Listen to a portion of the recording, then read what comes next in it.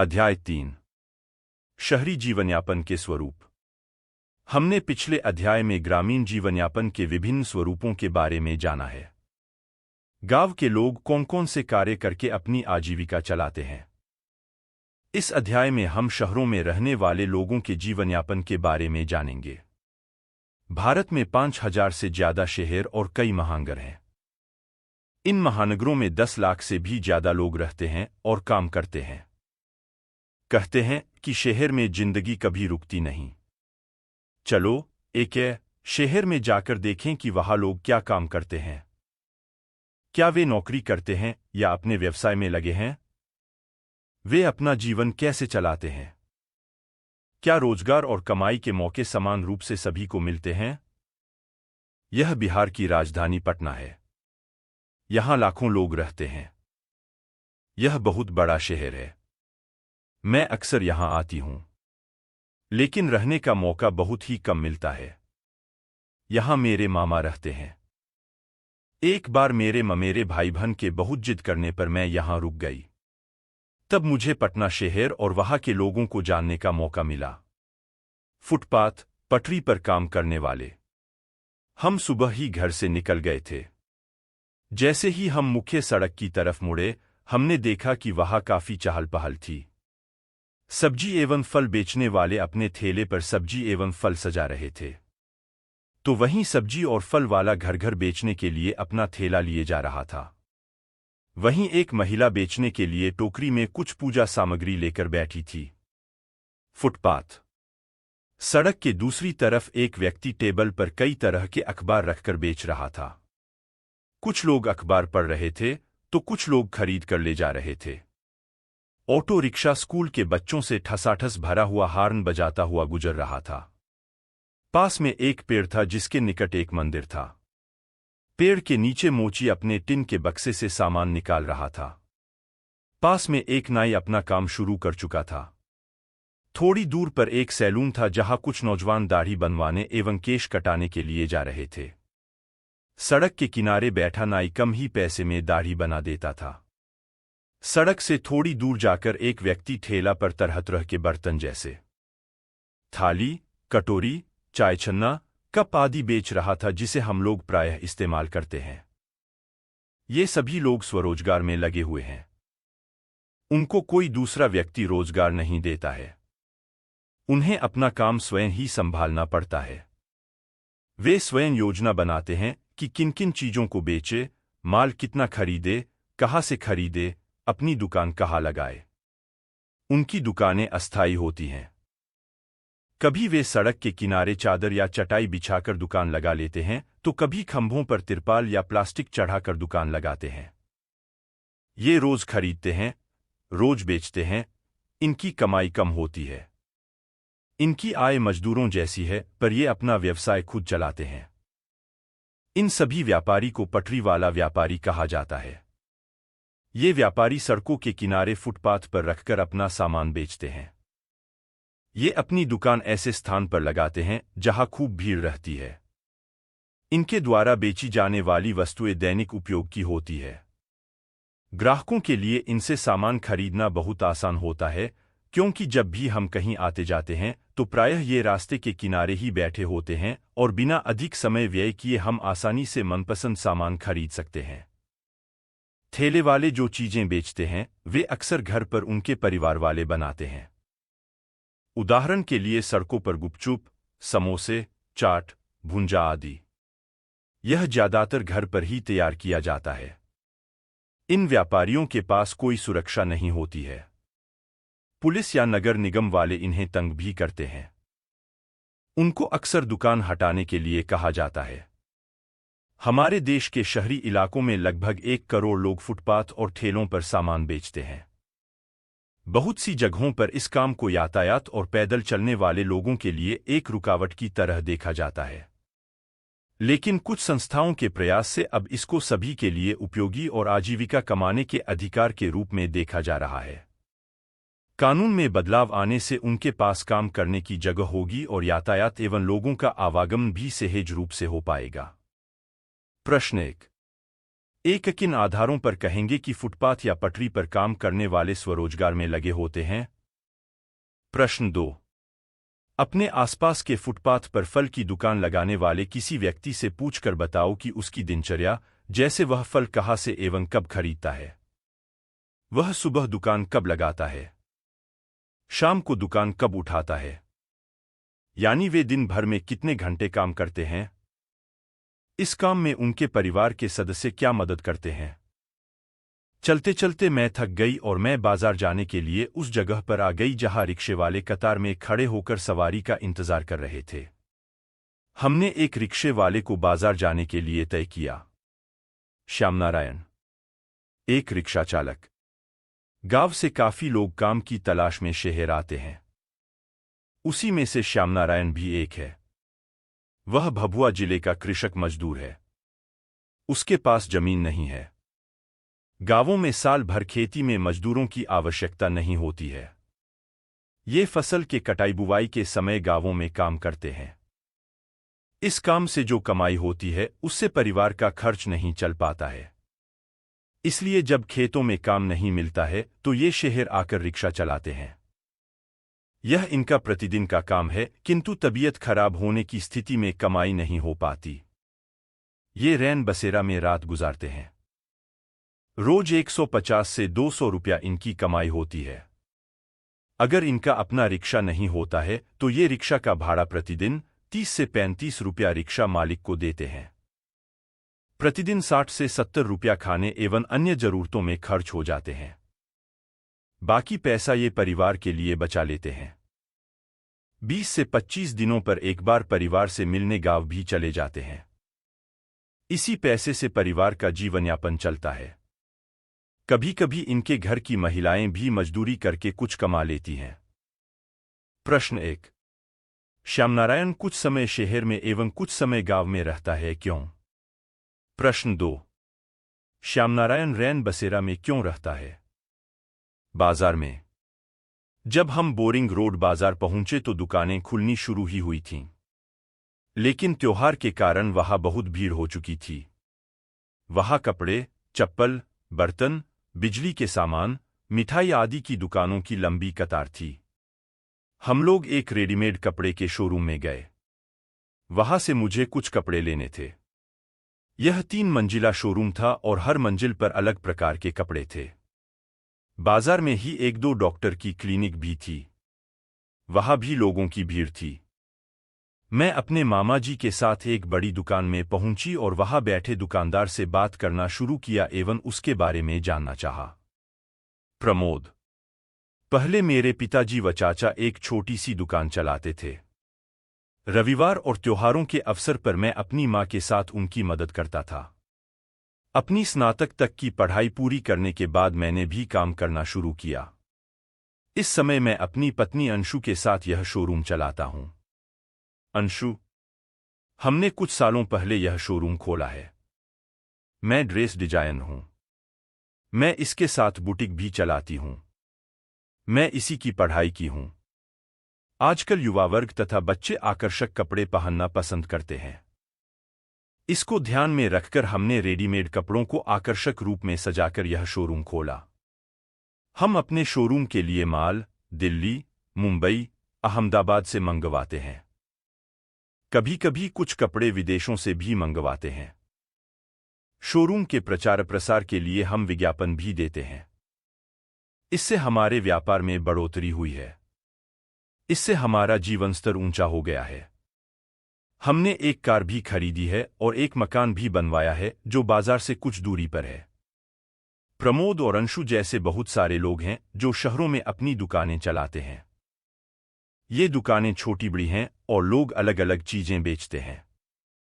ज्यादातर व्यापारी अपनी दुकान या व्यापार खुद संभालते हैं।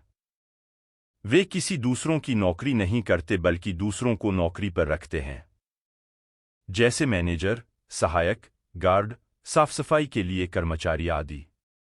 कुछ लोग दुकान किराए पर लेते हैं। इन्हें दुकान का मालिक कभी भी दुकान खाली करने या किराया बढ़ाने के लिए कह सकता है। इनकी सुरक्षा अपनी दुकान वालों से कुछ कम होती है, लेकिन इनकी भी कमाई अच्छी होती है। ये दुकानें पक्की होती हैं। इनके पास नगर निगम के लाइसेंस होते हैं। नगर निगम के अनुसार इनकी दुकान सप्ताह में एक दिन बंद होती है। उदाहरण के लिए कुछ बाजार की दुकानें रविवार को, कुछ सोमवार को, तो कुछ मंगलवार को बंद रहती है। इन बाजारों में छोटे छोटे दफ्तर और अन्य दुकानें भी हैं जो कुरियर, पीसीओ, फोन, फोटोस्टेट आदि की सुविधाएं देती हैं। प्रश्न 1। जो बाजार में सामान बेचते हैं और जो सड़कों पर सामान बेचते हैं उनमें क्या अंतर है? प्रश्न 2। प्रमोद और अंशु ने एक बड़ी दुकान क्यों शुरू की?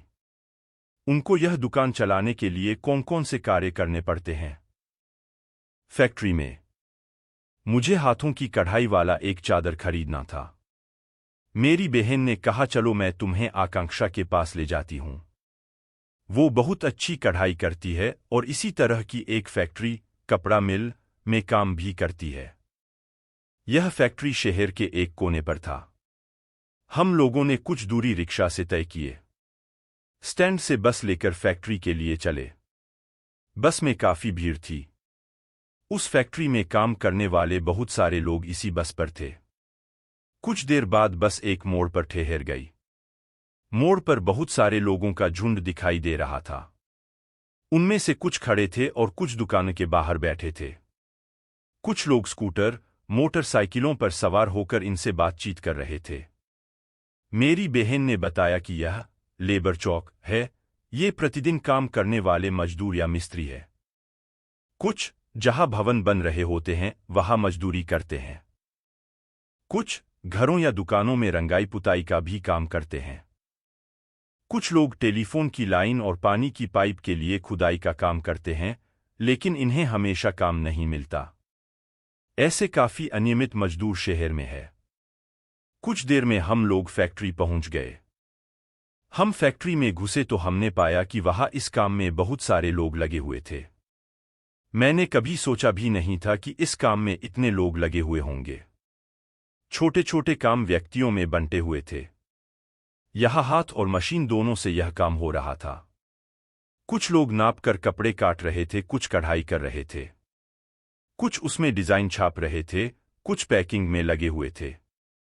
जिस तरफ कढ़ाई का काम हो रहा था वहां हम लोगों ने नजर दौड़ाई तो आकांक्षा वहीं अपने काम में लगी हुई थी। जब मेरी बहन ने उसे आवाज दी तो उसकी खुशी का ठिकाना न रहा। मेरा परिचय पूछा। मैंने परिचय देते हुए आने का कारण बताया। वह हम लोगों को एक कमरे में ले गई जहां चादर तैयार करके रखी जाती थी। आकांक्षा ने मुझसे कुछ दिनों का समय मांगा और चादर पर कढ़ाई करने का वादा किया। आकांक्षा चादर बनाने वाले एक बड़े कारखाने में काम करती है। जिस कारखाने में वह काम करती है वहां से चादर बड़े बड़े थोक एवं खुदरा व्यापारियों के यहां जाता है। सिर्फ बिहार में ही नहीं बल्कि बिहार के बाहर कई शहरों में इनके चादर बेचे जाते हैं। दिसंबर से अप्रैल तक आकांक्षा पर काम का बोझ बहुत ज्यादा रहता है, क्योंकि उस समय बाहर से इनके द्वारा बनाए गए सामान की मांग ज्यादा होती है। अक्सर वह 9 बजे सुबह काम शुरू करती है और रात के 8 बजे तक ही काम निपट पाता है। वह सप्ताह में 6 दिन काम करती है, किंतु जब काम जल्दी का होता है तो उन्हें रविवार को भी काम करना पड़ता है। उसे एक दिन काम करने के 100 रुपया मिलते हैं और अतिरिक्त 50 रुपया देर तक काम करने का मिलता है।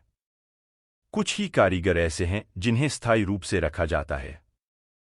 आकांक्षा जैसे बहुत सारे कारीगर को बरसात में कार्यमुक्त कर दिया जाता है। करीब 3 से 4 महीने के लिए उनके पास काम नहीं रहता है। आकांक्षा की तरह बहुत सारे लोग इस कारखाने में व अन्य जगहों पर हैं जिन्हें वर्ष भर काम नहीं मिलता। ये अनियमित रूप से काम में लगे होते हैं। इन्हें बचे हुए समय में दूसरा काम ढूंढना पड़ता है। ऐसे लोगों की नौकरियां स्थायी नहीं होती।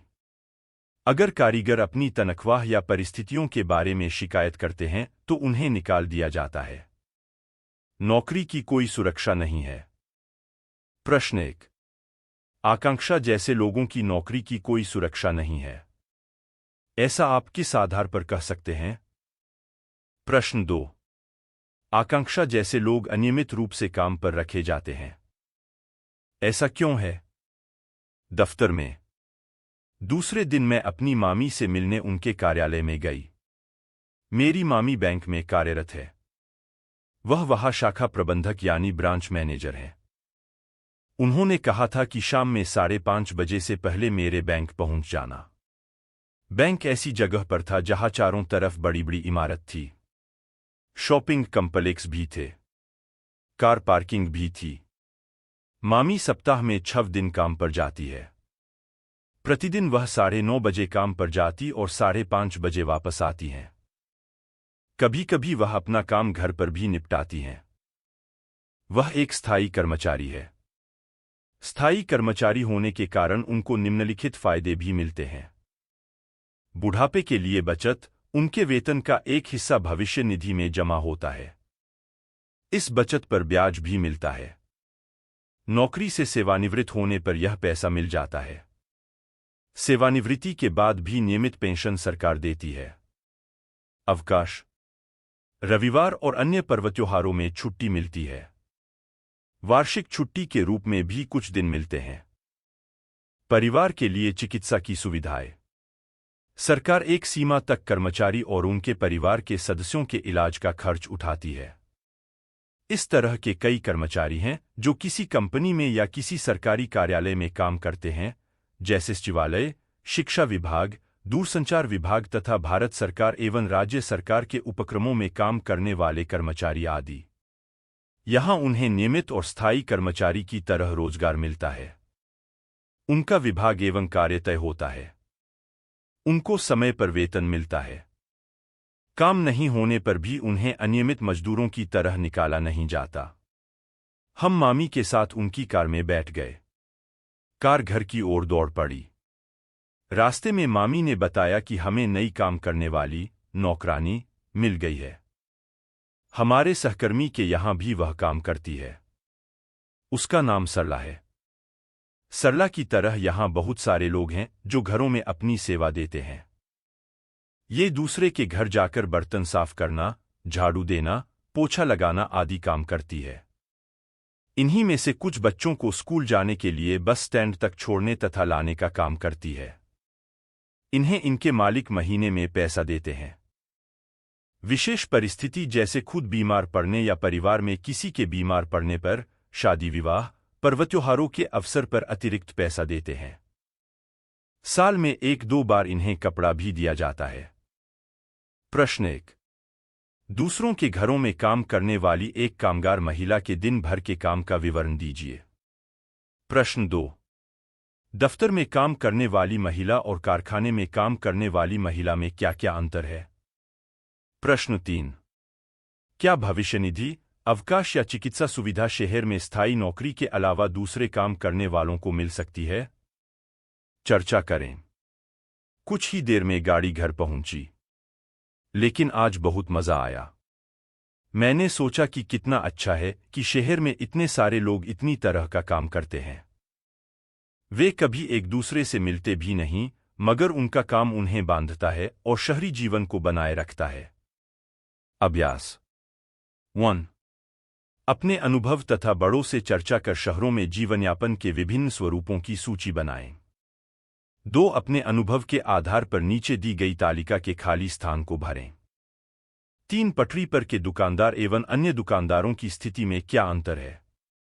4। एक स्थायी और नियमित नौकरी अनियमित काम से किस तरह अलग है? 5। निम्नलिखित तालिका को पूरा करें। नाम, काम की जगह, काम की सुरक्षा है या नहीं है, स्वयं का काम या रोजगार। श्यामनारायण, प्रमोद और अंशु, आकांक्षा, सरला।